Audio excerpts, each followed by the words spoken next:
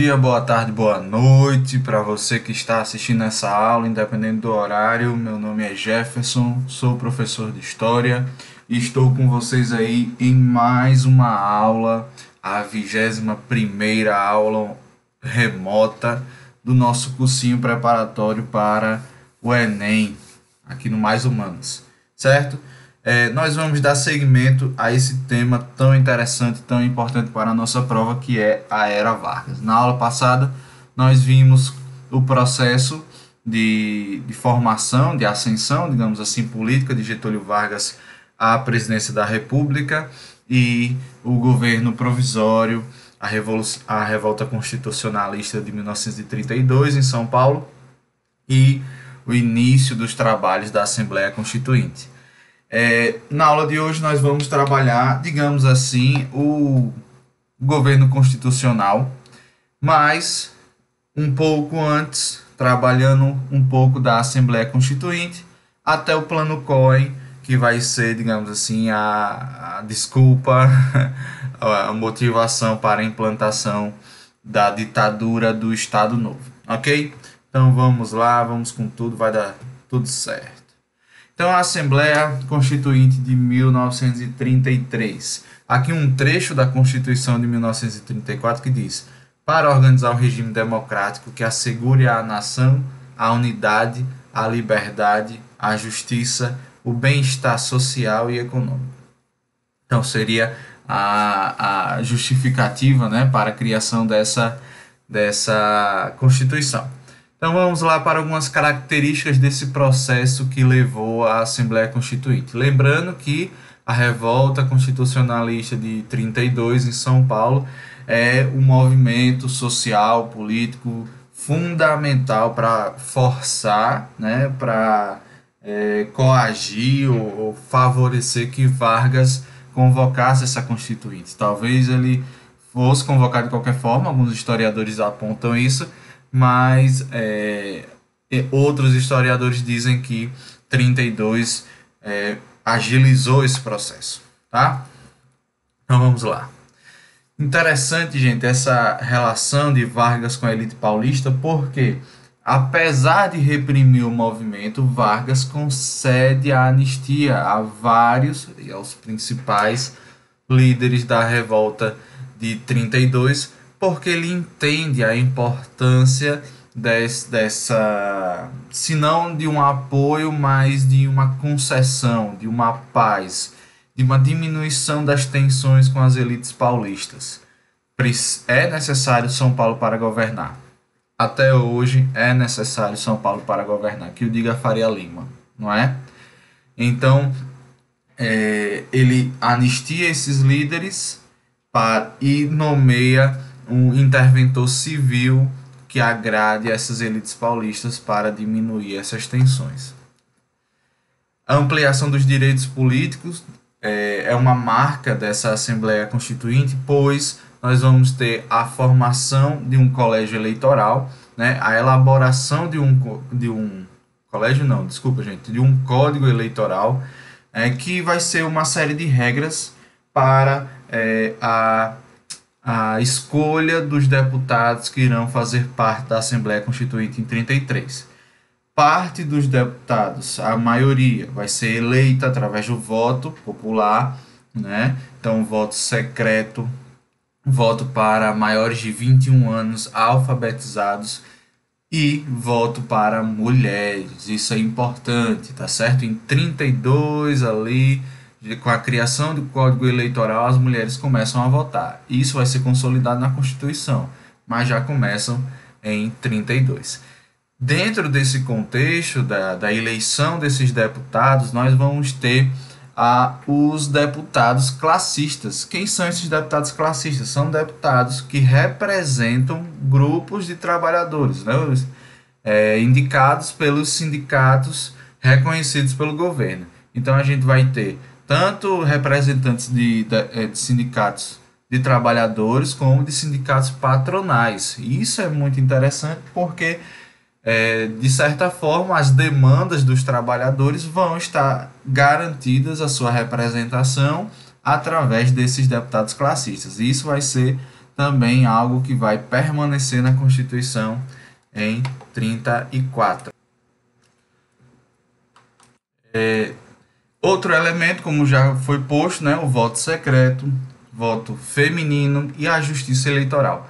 Vamos lembrar lá daquela estrutura que existia na política dos governadores, que era a comissão verificadora. A comissão verificadora, na prática, ela servia para manutenção do jogo político, daquela estrutura política do coronelismo, né, das relações de favores, de clientelismo entre o governo federal e o governo estadual, e do governo estadual com as lideranças municipais. Então Vargas ele cria agora uma instituição, via de regra, neutra, para julgar o processo eleitoral e dar mais lisura a esse processo. Acabou a corrupção? Acabou as fraudes? Se nem em 2020 acabou, avalie em 33. Mas dá mais lisura ao processo. Ok? A introdução dos direitos sociais. Olha só que interessante, gente. Nós temos aí uma ampliação desses direitos políticos e a introdução dos direitos sociais. Se você viu lá a dica no Instagram do Mais Humanas, eu falei de um livro do José Murilo de Carvalho, né, que é a Cidadania do Brasil, que eu venho citando nessas aulas, e ele traz um conceito muito interessante que é o de estadania. Estado e cidadania. O que significa isso? Estadania, para José Murilo de Carvalho, é um conceito que fala sobre a relação de clientelismo entre o Estado brasileiro e a sociedade. Então, os direitos sociais eles são introduzidos pelo Estado brasileiro. Então, eles são muitas vezes interpretados pela população, principalmente por aquela que tem menos formação intelectual, como um favor. E aí a gente vai ver um caráter paternalista desse Estado, um caráter provedor desse Estado.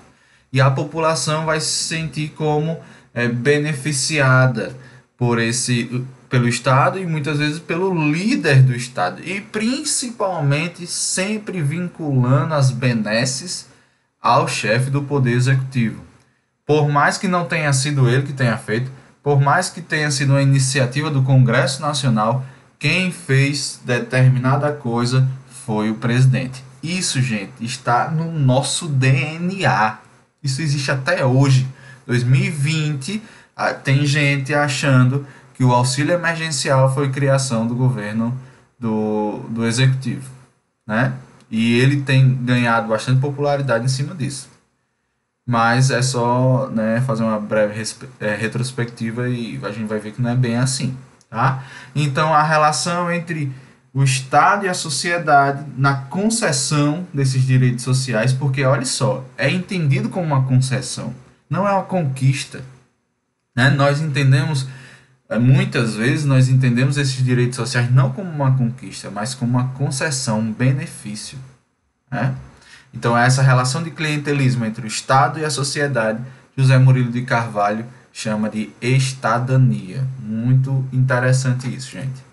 Então, representação classista, como eu já falei lá dos deputados classistas, previsão de legislação trabalhista e justiça do trabalho, isso é muito interessante, a gente vai detalhar mais quando a gente for falar da Constituição.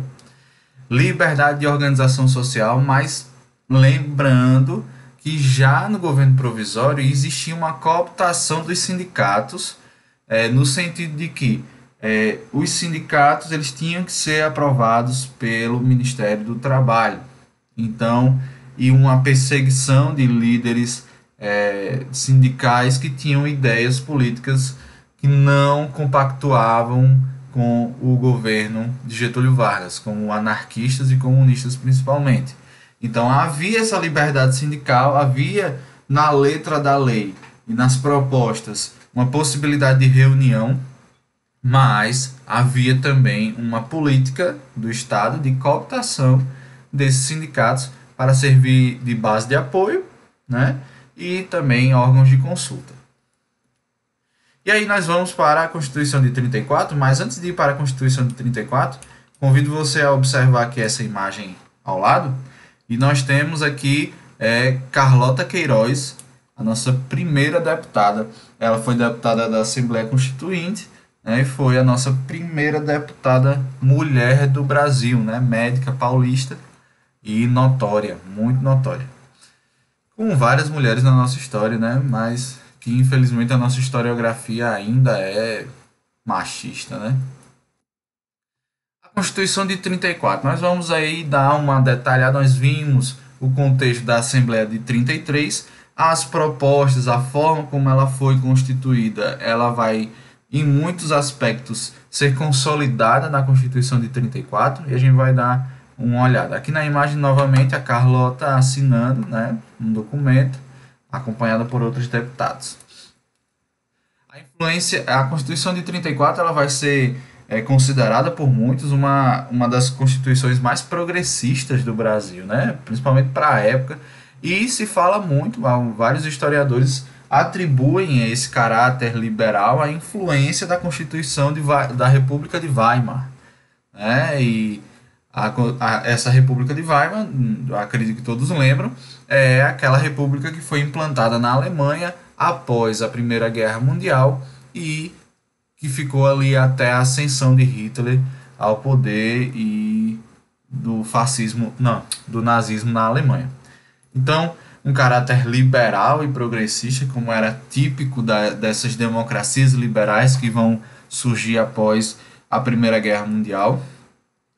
Ela traz as leis trabalhistas, e que leis são essas? Jornada de trabalho de 8 horas, previdência social. Olha só, gente, que interessante, né?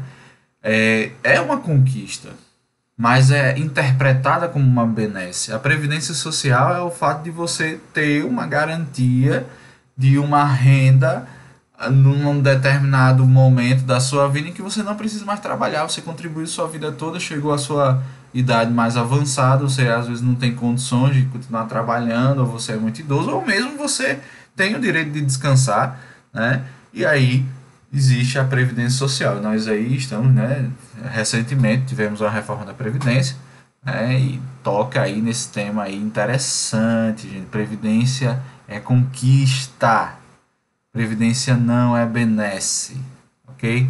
Salário mínimo, isso é importantíssimo, gente. Muitas vezes a gente está inserido num mundo em que nós naturalizamos as coisas. Então, salário mínimo, isso não é nada, salário mínimo é pouco.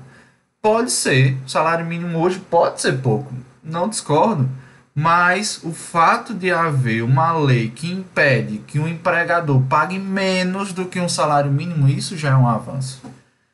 Porque se não há o mínimo que tem que ser pago, pode ter certeza que vão te pagar menos. Mesmo com essa lei ainda existe, e agora com a reforma trabalhista que tivemos recentemente também, ainda mais, não é verdade? Férias remuneradas e a Justiça do Trabalho.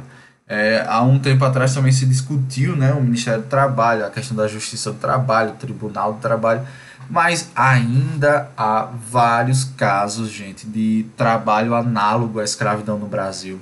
Ainda há muitos casos de trabalho infantil no Brasil. E se não há uma justiça do trabalho, a justiça comum não vai dar conta de julgar tudo isso.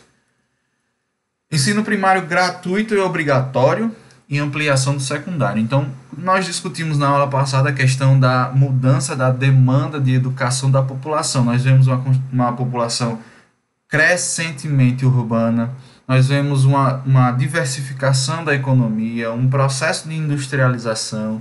Então, existe uma nova demanda de educação, tanto para a massa que vai servir de mão de obra, como para a elite que vai se focar agora numa formação universitária, e aí o secundário vai ganhar um caráter propedêutico e elitista, por mais que ele tenha progressivo, já era elitista na verdade, né?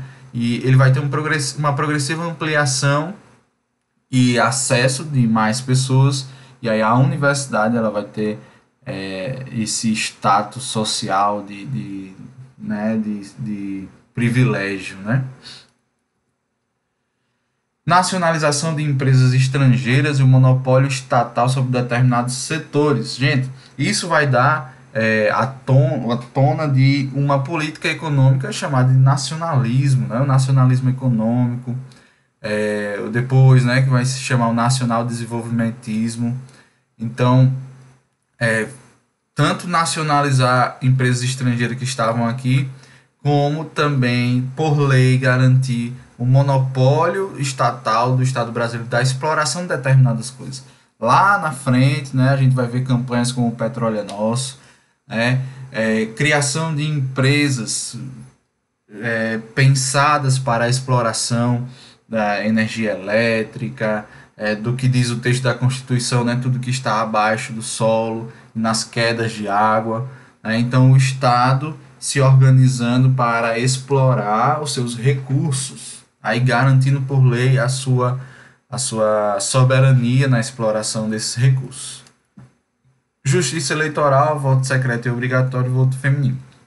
Uma diferença, gente, importante é que a Constituição de 34 ele não vai mudar muito a de 1891 com esses aspectos, cria esses aspectos aqui, né? A justiça eleitoral, o voto secreto obrigatório e o voto feminino, porque em 1891 não havia, né? Essa justiça eleitoral, o voto era aberto, não era obrigatório, era facultativo e apenas homens votavam.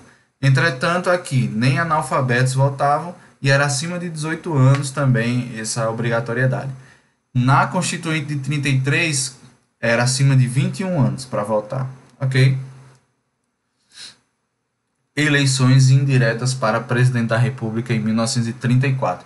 Vargas era o presidente provisório, né? O chefe, na verdade, não era o termo oficial, não era esse, né? Era chefe do governo provisório. Então, agora ele convoca a Assembleia Constituinte e é eleito pelos deputados como o presidente constitucional. Existem várias charges, né? Eu nem trouxe aqui para a gente olhar, mas várias charges que fazem piada, né? Dessa transição para um regime democrático, né? Então, vivia-se uma ditadura no governo provisório e agora é um governo democrático. Então, e é o mesmo chefe, né? É o mesmo líder. Então Vargas muitas vezes é retratado como um cara trocando de roupa, né? Eu sou um aqui, aí troquei de roupa, agora sou outro. É uma crítica assim a essas mudanças de discurso, né? Mais a manutenção da mesma estrutura política. Vamos chegar num momento muito interessante que é essa polarização política.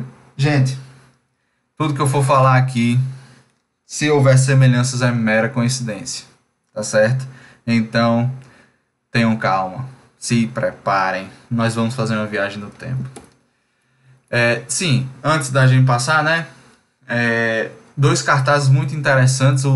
Esse primeiro aqui, né, da esquerda, Brasil precisa de você. A gente vê novamente, né, essa propaganda bélica, né? O cara apontando I want you, né? O tio Sam lá chamando você para guerra, para dedicação pela nação, pela entrega, pela pátria.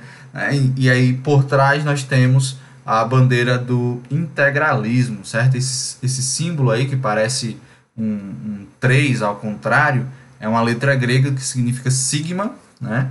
E era o símbolo do integralismo, que era um partido político, um movimento político de inspiração fascista, que a gente vai ver mais detalhes à frente. Aqui no cartaz diz: fora do integralismo não há nacionalismo.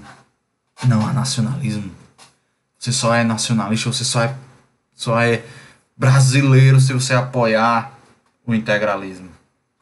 Entendeu? Outro cartaz: pela liberdade, a Aliança Nacional Libertadora convida o povo a comemorar o 13 de maio, comício monstro no estado do Brasil, feira de amostras, às 20 horas, entrada livre. Então, a Aliança Nacional Libertadora, outro movimento político agora de inspiração de esquerda, que a gente vai ver que são vários setores da esquerda que vão se fundir, vão formar uma frente ampla. E aí nós temos comunistas, socialistas, anarquistas, membros da Igreja Católica, intelectuais, né, de tudo. Gente, vamos entender um pouco desse contexto. Novamente, o Brasil não está fora do mundo, ele está inserido no mundo. E a gente precisa entender um pouco do contexto do mundo para entender o que está acontecendo no Brasil. Estamos em 1934, 35, e nós estamos nesse período que é conhecido, né, na historiografia como período entre guerras. Em 1929, como nós já falamos lá no contexto do governo provisório, nós tivemos o crash da Bolsa de Valores de Nova York, o que gerou uma grande crise do capitalismo, que gerou uma grave crise econômica generalizada e que proporcionou um aumento ainda maior da crise nas democracias liberais europeias. Certo? Então, nós vamos ver, por exemplo, na República de Weimar, na Alemanha, um aumento expressivo dos deputados do Partido Nazista nas décadas de 20 e 30, eleitos pelo povo. Porque esse discurso, né, de um governo forte, de um governo centralizado, de uma política austera, né, e de perseguição, e aí vai aumentando, né, o tom com o tempo, o inimigo em comum e tudo, e a falácia, digamos assim, a grande crítica, né, da democracia como um regime que não deu certo e que formou uma grande elite burocrática e corrupta. Vocês lembram de alguma coisa? Né? Então a crítica ao legislativo, por exemplo, que lá é uma casa de corruptos, e isso gerou até um incêndio, né, lá no hashtag, né, não é hashtag, é hashtag, né, lá na Alemanha, que seria o parlamento, ele foi incendiado, né, e muita gente diz, é para pegar fogo mesmo, é para pegar fogo mesmo. Se botasse fogo no Congresso Nacional, tu ia achar ruim? O que tu acha? Né? Então muita gente diz, é para pegar fogo mesmo, porque acreditavam na necessidade de um governo centralizado forte, né, para conduzir a política, a reestruturação da nação em busca do seu passado glorioso. Né? Então essa crise das democracias liberais, essa crise do capitalismo gerou a ascensão de modelos alternativos, o socialismo soviético e o nazifascismo, certo? Não coloquei regimes autoritários ou totalitários porque eu colocaria nazismo, fascismo e stalinismo. O stalinismo é de esquerda, né? Então, nazifascismo, para falar dessa linha teórica, política, que se diz como terceira via, mas que tende para a direita, para a extrema direita, e o socialismo soviético como esse grande bloco de esquerda, que vai ter o seu extremo também no stalinismo, né? A extrema esquerda. Esses modelos eles vão se internacionalizar, digamos assim, né?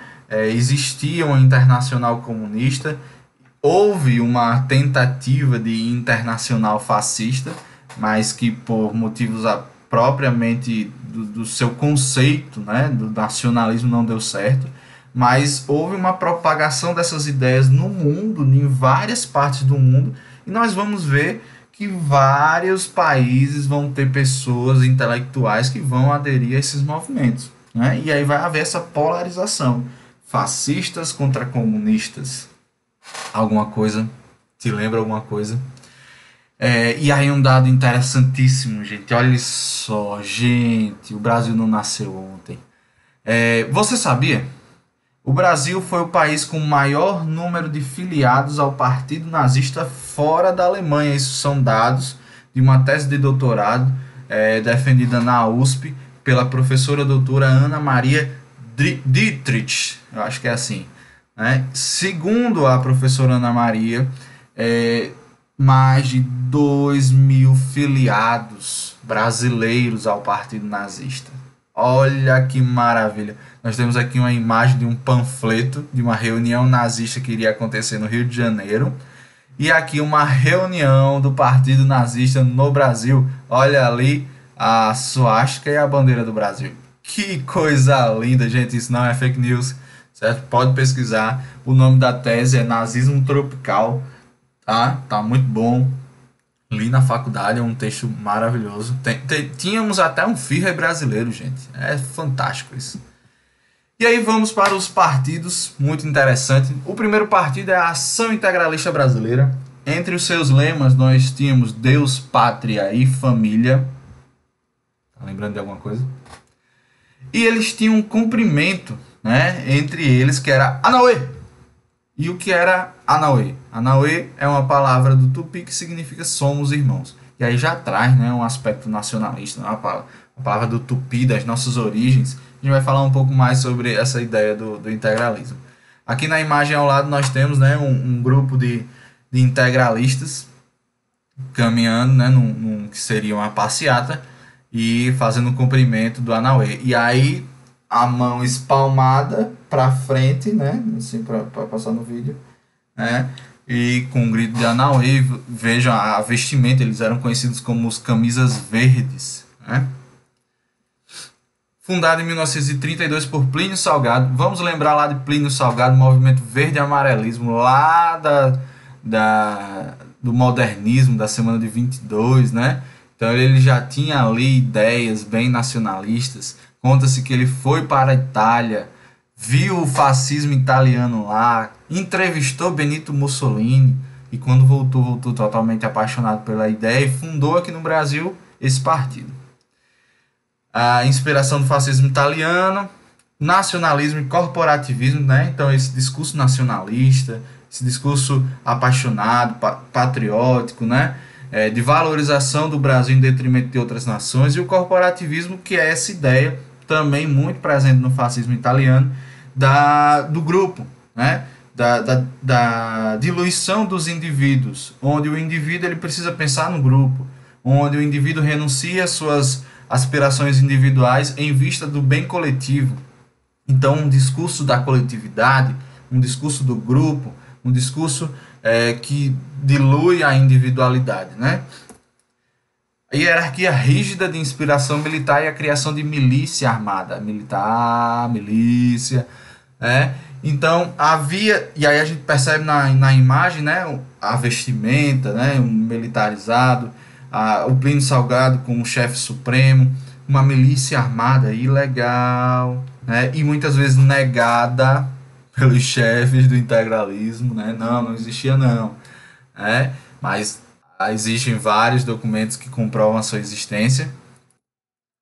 Ideia de um governo centralizado e personalista, né, então um governo forte, centralizado e personalista, né? A pessoa, aquele governante, o iluminado, o capacitado, o honesto, o intelectual não, né? Mas o honesto, o capacitado, né? Para mudar, para guiar a população. Combate ao liberalismo e ao socialismo. Isso é interessante, bem interessante da característica desses movimentos de inspiração fascista, que eles combatem o liberalismo, combatem o socialismo, tá?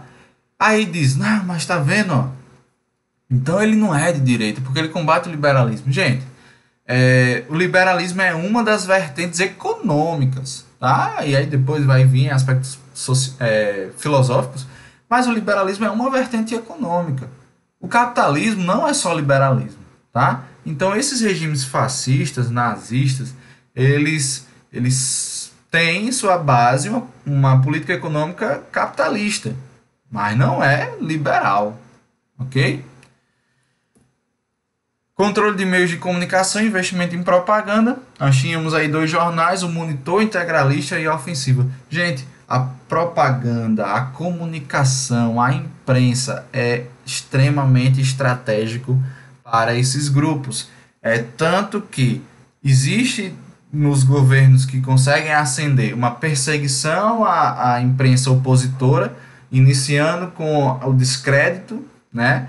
E o financiamento de uma imprensa ao seu favor, que serve como, não é como informação, é como propaganda, tá? Ou desinformação. Tipo um jornal que no meio de uma pandemia fala que o número de aranhas no mundo é capaz de comer a humanidade inteira. Eu vi essa notícia num jornal que eu não vou falar, né? Mas quando eu vi essa notícia eu olhei e disse, oi, qual a pertinência disso, né? É desinformar, é cortina de fumaça. Identidade nacional e eugenia. Isso é muito interessante, gente, porque todos esses grupos nacionalistas, eles vão procurar formar uma identidade nacional idílica, romantizada, heróica, né? Mas o Brasil existe um aspecto difícil, digamos assim, um aspecto diferente. O que é a raça pura no Brasil? O que é a pureza racial no Brasil se nós somos uma nação extremamente miscigenada? né? E aí a gente vai ver discursos de intelectuais que vão aderir ao movimento integralista, como Gustavo Barroso, por exemplo, né? Alguns que dizem que era, não era, existe esse debate, né? Tem gente que diz que Câmara Cascudo era, tem gente que diz que Câmara Cascudo não era. Existe tanta briga por isso, eu não sei nem porquê, eu não vou entrar nessa não, né? Mas existe essa discussão e os intelectuais, se a gente fosse fazer assim uma linha mestra, né, que pegasse ideias em comum deles, fala-se novamente da branqueação do Brasil, né, o Brasil se tornar branco, né, a partir de um processo de miscigenação. Então, intelectuais como Gilberto Freire também vão propor essa miscigenação como algo pacífico, né, que existe desde a nossa história, né, e há um branqueamento da população, mas brasileiro, né, brasileiro. E aí o idílico do índio, o índio como herói, né, o problema é o negro. Mas um aspecto interessante é que existia o movimento negro, a Frente Negra, né, que a gente viu na aula passada, que uma parte se aliou ao integralismo por conta do seu discurso extremamente religioso, né? Principalmente a Igreja Católica, né? Vários setores da Igreja Católica se aliaram ao integralismo, e Plínio Salgado também tinha uma interlocução muito grande com os líderes da Igreja Católica nesse momento. Aqui uns trechos do manifesto de 7 de outubro dos integralistas. Diz aqui: Deus dirige os destinos dos povos. O homem deve praticar sobre a terra as virtudes que o elevam e o aperfeiçoam. O homem vale pelo trabalho, pelo sacrifício em favor da família, da pátria e da sociedade. Meu amigo, que ano é esse em que a gente tá? Pretendemos realizar o Estado integralista, livre de todo e qualquer princípio de divisão. Partidos políticos é uma divisão. Estadualismo em luta pela hegemonia, lutas de classes, facções locais, caudilismo, economia desorganizada, antagonismo de militares e civis, antagonismo entre milícias estaduais e do exército, entre o governo e o povo, entre o governo e os intelectuais, entre estes e a massa popular.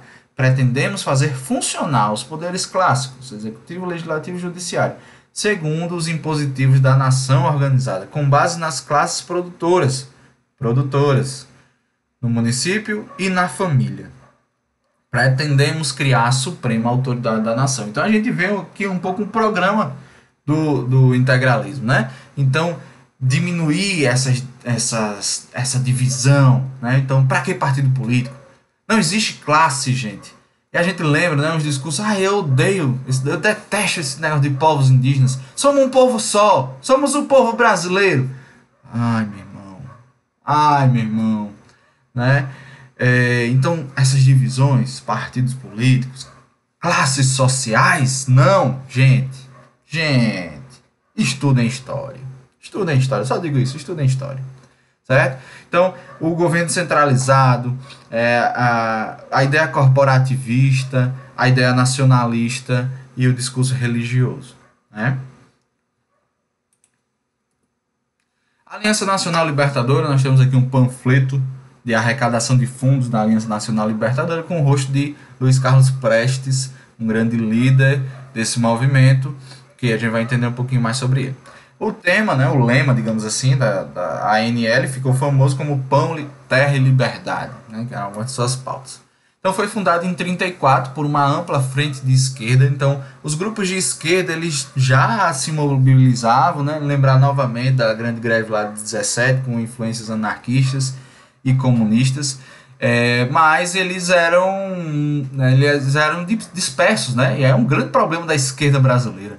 Eles ficam batendo cabeça, né? E sei lá, né? Eles ficam batendo cabeça. E aí em 1934, os líderes, vários líderes, né, não todos, mas vários líderes, eles vão se unir e formar uma frente ampla, justamente para combater a expansão do fascismo no Brasil. Lembra alguma coisa?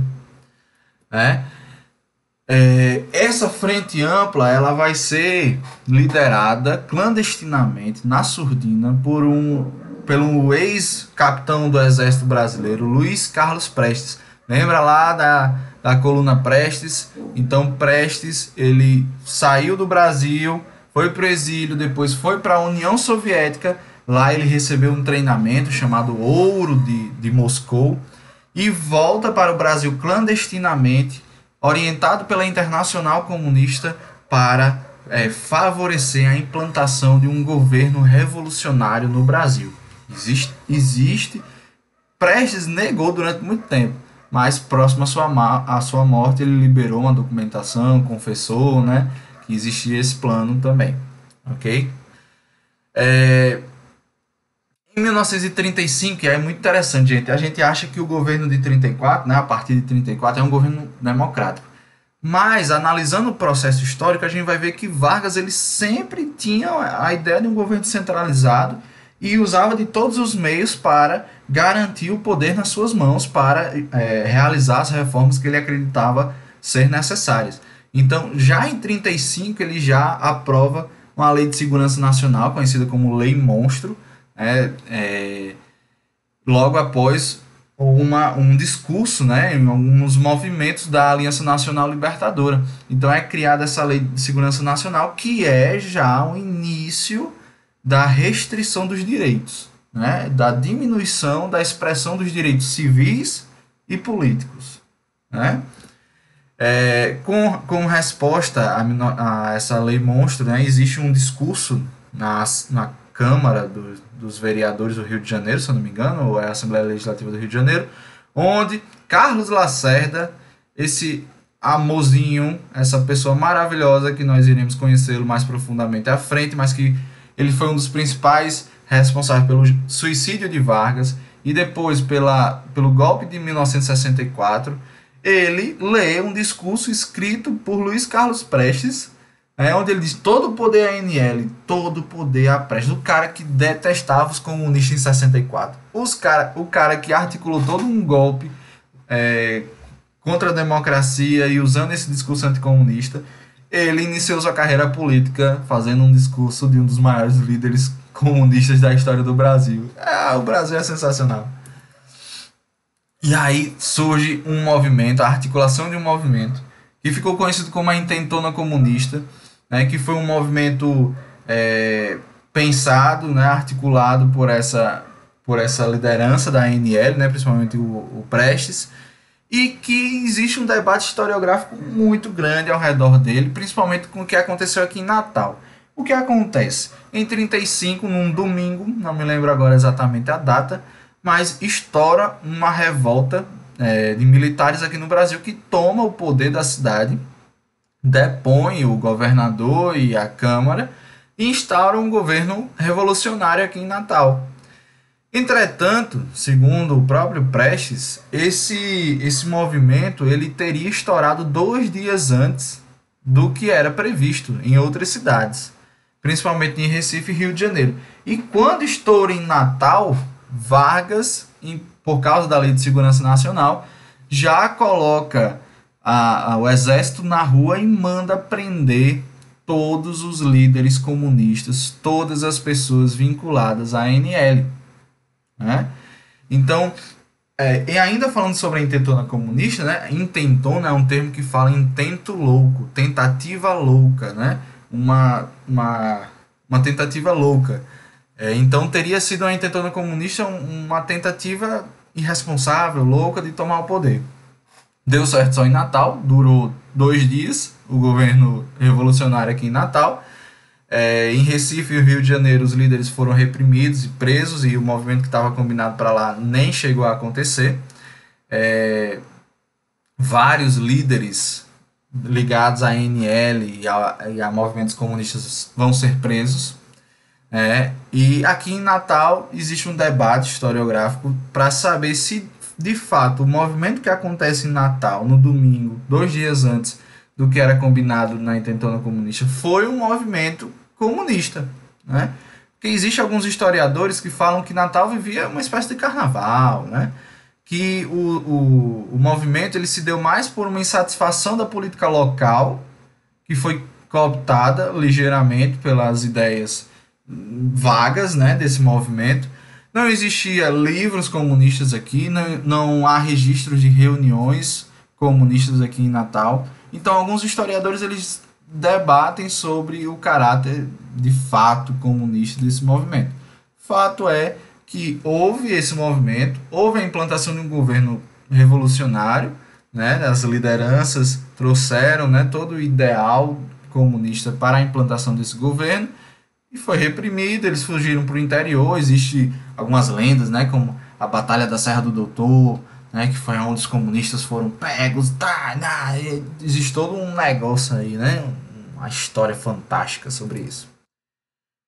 Logo após a intentona comunista, Vargas vai declarar a lei de estado de sítio, né, em outubro de 35, e em novembro ele vai declarar estado de guerra.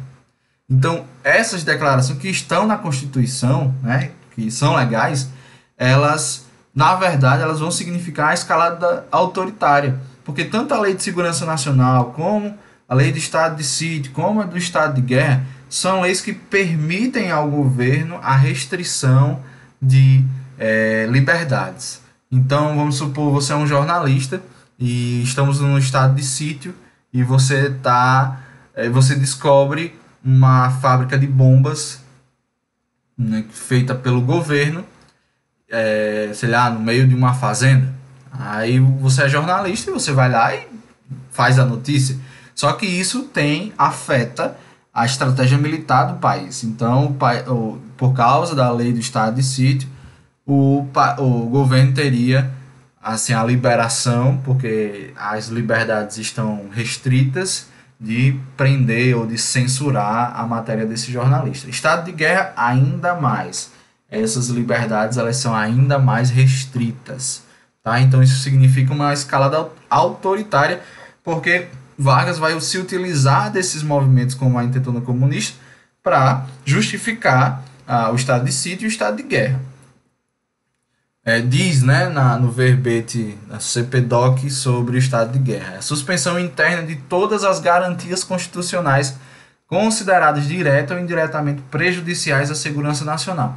Então, as garantias constitucionais, como liberdade de expressão, liberdade de reunião, que seja prejudicial à segurança nacional naquele contexto, elas são restritas, elas estão suspensas, ok? E aí o estado de guerra ele vale por 90 dias, ele precisa ser renovado. E ele foi renovado várias vezes, até 37. E aí, depois da declaração de estado de guerra, Prestes manda um grupo de militares da Academia Militar da Praia Vermelha, no Rio de Janeiro, se revoltar contra o governo. Eles vão fazer algo muito semelhante à revolta dos 18 do Forte, vão se rebelar, pensando que outros quartéis também vão se rebelar, os outros não se rebelam. Os líderes vão ser presos, torturados, e depois da tortura eles vão revelar que Prestes está no Brasil, revela a localização de Prestes, o governo vai lá, prende Prestes e prende também a sua esposa, Olga Benário, que era uma agente especial da Internacional Comunista. Era tipo 007 feminino da União Soviética no Brasil. Era uma agente especial da União Soviética. Só que tinha um detalhe: além de comunista, ela era judia. Olha mesmo, quem é que gosta de comunista e de judeu? Quem é, nesse contexto, quem é? Hitler. E aí Vargas manda Olga Benário grávida para Hitler, né? Olga Benário tem o seu filho e é morta depois numa câmara de gás lá nos campos de concentração. Maravilhoso, Vargas. Programa da Aliança Nacional Libertadora. Diz: Constituição de um governo popular orientado exclusivamente pelos interesses do povo brasileiro, o cancelamento das dívidas e a nacionalização das empresas imperialistas, ou seja, estrangeiras, né? A entrega dos latifúndios ao povo laborioso que os cultive, reforma agrária, e a libertação de todas as camadas camponesas da exploração dos tributos feudais pagos pelo aforamento, pelo arrendamento da terra, ou seja, uma reforma tributária, né? Essas falas bonitas desse povo da esquerda. Você tem que falar a língua do povo, caramba, né? Então, esses aqui são pontos do programa da Aliança Nacional Libertadora. E aí vamos para o Plano Cohen, gente. Chegando ao Estado Novo, já estamos terminando a nossa aula. Nós temos aqui à direita uma foto de Vargas lendo seu discurso de posse em 10 de novembro de 1937, né?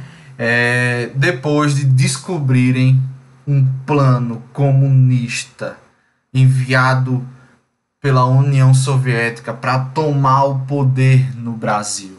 E esse plano tinha até prender e fazer de reféns o presidente do Supremo Tribunal Federal, o presidente do Congresso Nacional, entrar nas casas, incendiar casas, prender padres e bispos.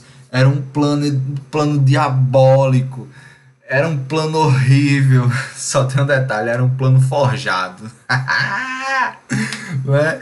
Foi criado por um general, um militar, não lembro a patente dele agora, né? O Olimpo Mourão Filho, que era um agente da inteligência integralista que forjou esse plano, e aí esse plano foi pego, mas sabiam principalmente o próprio forjador, né, sabia do fato dele ser falso, né, e ele foi utilizado como uma peça fundamental no discurso anticomunista. Já havia um grande medo comunista. O comunista era o ateu que ia queimar igrejas. O comunista era o assassino. O comunista era o comedor de criancinhas. Né? Então, sempre existe esse discurso, esse medo do comunismo. Né? Muitas vezes caricaturado. Né? E aí, né, um suposto plano que evidenciava esse financiamento, né, da União Soviética para a implantação de um governo revolucionário comunista aqui no Brasil, tirando Vargas do poder. O discurso anticomunista, né, como eu já falei, então esse discurso ele vai tomar ainda mais força. Vão haver várias entrevistas no rádio e publicações em jornais impressos de líderes da Igreja Católica, de líderes integralistas e de intelectuais vinculados ao integralismo, falando do mal, do perigo do comunismo, né? As redes sociais de 37, os vídeos do YouTube de 37. O apoio dos integralistas, os integralistas eles vão ter papel fundamental na composição desse caldo político que vai dar no golpe de 37, tanto que Plínio Salgado, que era um dos candidatos para a eleição de 38, ele retira a sua candidatura, justamente porque ele vai apoiar o golpe de Vargas, mas ele vai ser surpreendido porque Vargas vai dar também na goela dele, né? A gente vai ver mais tarde. Vargas e o rádio, sim, aí esse discurso anticomunista, né? Ele, por causa do plano Cohen, ele vai renovar o estado de guerra. Né? Então o estado de guerra estava para vencer, foi renovado novamente.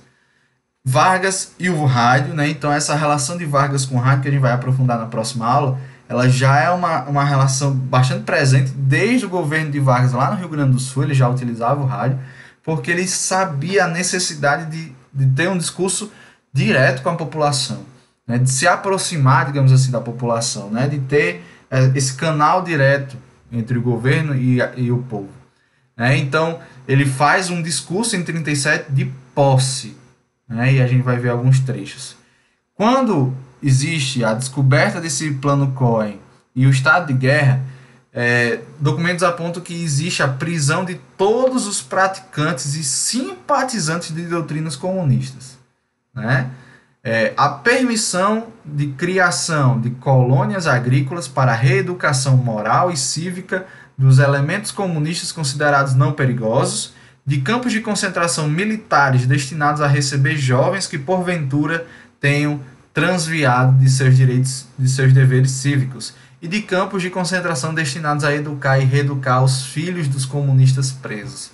Gente, campo de concentração aqui no Brasil, viu? Para comunista, tá? Aqui a manchete do Correio da Manhã, né? Sexta-feira, 1º de outubro de 37, as instruções do Comintern para a ação dos seus agentes contra o Brasil. O tenebroso plano foi apreendido pelo Estado-Maior do Exército. Um plano comunista para tomar o poder, né? trechos do discurso de Vargas em 10 de novembro, tomando posse como agora ditador, né, como chefe do Estado Novo, né, que o nome oficial seria Estado Nacional. Então dizia assim: para reajustar o organismo político às necessidades econômicas do país e garantir as medidas aprontadas, não se oferecia outra alternativa além da que foi tomada, instaurando-se um regime forte de paz, de justiça e de trabalho. Quando os meios de governo não correspondem mais às condições de existência de um povo, não há outra solução senão mudá-los, estabelecendo outros moldes de ação. Faltou o O aí. Outro trecho diz: quando as competições políticas ameaçam degenerar em guerra civil, é sinal de que o regime constitucional perdeu seu valor prático, subsistindo apenas como abstração. Então existe aí uma desacredita-se da democracia, né? E se justifica a implantação de um governo autoritário agora por causa da ausência de manter o jogo democrático, digamos assim, né? E é muito interessante como muitas vezes a implantação de regimes ditatoriais está sempre atrelada à organização, à manutenção da ordem, do progresso e até mesmo a reestruturação. Olha, a gente vai pegar, vai manter aqui, vai governar aqui um pouquinho, mas a gente ajeita e devolve, tá? Então, é muito presente nos discursos. E aí vamos lá para as características do Estado Novo e a Constituição de 37. É muito interessante que quando Vargas toma o poder em 37, ele já tem uma nova Constituição. Então ele abole a de 34 e já tem uma nova Constituição. Olha só, né? À toa ele ali, foi ali, fez uma anotação. Quem fez a Constituição de 37 foi o Francisco Campos, que foi o primeiro ministro da Educação do Brasil, fascista até o tutano dos ossos, né? Era chamada de polaca por causa da sua inspiração fascista, né? Como a da Polônia, também na época. Centralização política, nomeação de interventores, então os interventores como chefes dos governos estaduais, e esses interventores nomeavam os chefes dos governos municipais, uma prática que já estava lá no governo provisório, que é retomada agora, e o federalismo ele dilui-se, ele praticamente some nesse contexto aqui. Eleições indiretas para presidente, mandato de 6 anos, proibição de todos os partidos políticos, ANL, AIB, o Partido Comunista Brasileiro, todos os partidos vão ser abolidos. Óbvio que eles vão continuar na ilegalidade, né? Pena de morte é aprovada na Constituição, nacionalização das riquezas, então o subsolo, as quedas d'água, tudo nacionalizado. Corporativismo sindical, então um elemento agora constitucional, essa cooptação do sindicato, né? E vai chegar lá na frente ao sindicato único, todas unificado, né? E a censura aos meios de comunicação, que mais na frente a gente vai ver o DIP, o Departamento de Imprensa e Propaganda, tá? Então censurava-se a minha oposição e financiava órgãos de imprensa que serviam, na verdade, como minha propaganda. Aqui nós temos uma imagem de uma cerimônia da queima das bandeiras dos estados, né? Em 1938, e a gente vê, acredito que seja a bandeira de São Paulo sendo queimada aí nesse momento, que é um grande símbolo do fim do federalismo e da centralização. Nós não somos mais estados, somos um grande país, o Brasil, somos todos Brasil, né? E aí vamos para algumas questões. 2009, Enem. O autor da Constituição de 37, Francisco Campos, afirma no seu livro O Estado Nacional que o eleitor seria apático. A democracia de partidos conduziria à desordem. A independência do poder judiciário acabaria em injustiça e ineficiência. O poder judiciário não pode ser independente.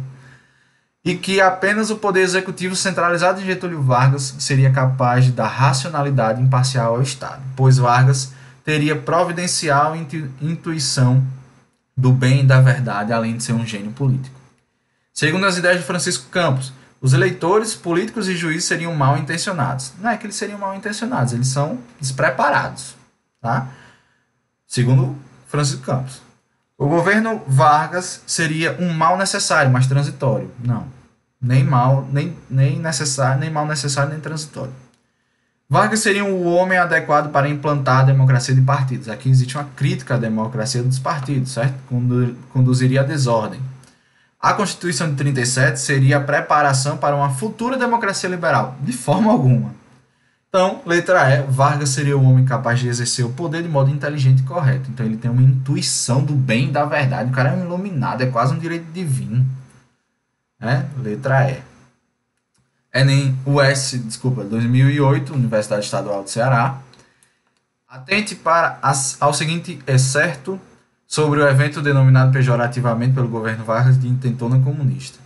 Luiz Moreira, militar excluído das Forças Armadas por participar da intentona comunista em novembro de 1935, teve reconhecido o direito de ser reintegrado ao Exército Brasileiro. A decisão da 5ª Turma do Tribunal Regional Federal da 2ª Região estabeleceu que ele será enquadrado como segundo-tenente, graduação que teria alcançado se tivesse permanecido em serviço até sua reforma. Anistia remota, 2005. Sobre o evento, é correto afirmar que a. Tendo sido organizado pela Aliança Nacional Libertadora, que era liderado por Luiz Carlos Prestes, esse levante realizado por militares rebeldes insatisfeitos com o governo constitucional de Vargas amotinou quartéis em Natal, Recife e Rio de Janeiro. Perfeito. B. Foi arquitetado e executado por membros da Ação Integralista Brasileira. Comunista? Integralista? Não. Teve sua origem no movimento das Ligas Camponesas de orientação comunista que, a partir das ações no campo, passaram a apoiar movimentos grevistas de trabalhadores urbanos com o intuito de derrubar o Estado Novo instituído por Getúlio Vargas. Nem tem essa relação com as ligas camponesas, que tem a sua importância posterior, nem aconteceu na época do Estado Novo, foi no período do governo constitucional. D. Foi uma artimanha de Vargas que utilizou este evento falso como justificativa perante a opinião pública para instituir um governo totalitário de características fascistas chamado de Estado Novo em 1937. Também não, isso se refere ao Plano Cohen. Gente, detalhe interessante, Estado Novo era o nome do governo do Salazar, o ditador português. E aí é trazido para cá, certo? Então, letra A. É isso aí, galera. Espero que vocês tenham entendido, tenham gostado. Qualquer dúvida, tamo aí. Valeu, um grande abraço, Deus os abençoe, vai dar tudo certo. Até a próxima.